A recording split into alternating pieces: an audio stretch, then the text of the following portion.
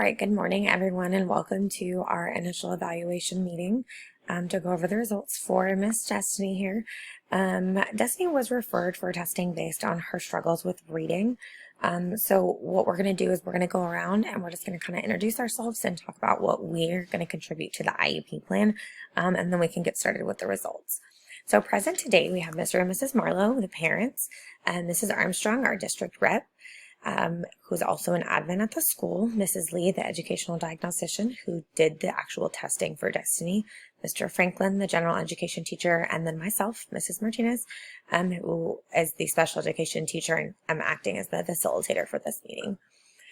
So I'd like to go around and just kind of talk real quickly about what each person is going to contribute. Mr. and Mrs. Marlowe, you guys can give the best insight into your students' struggles and strengths, whether that be at home, after school, what kinds of things you may think would be appropriate for her. Mrs. Armstrong is the principal of the school and will act as the district rep for us in this meeting. So she's here to make sure that your rights are taken care of, as well as to oversee what is best for Destiny.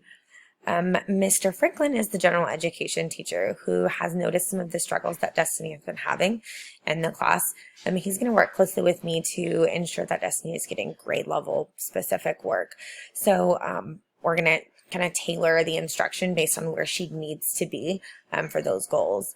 And then, of course, I am the special education teacher, and so Destiny will work with me to reach her goals, but for today's purposes, I'm going to act as the facilitator that helps build her goals on where her present levels are and where we would expect her to be if she did not have this disability. So moving forward, we can go ahead and get started with the results. Mrs. Lee is going to give us the determination. She does qualify for special ed services as a student with a special or specific learning disability.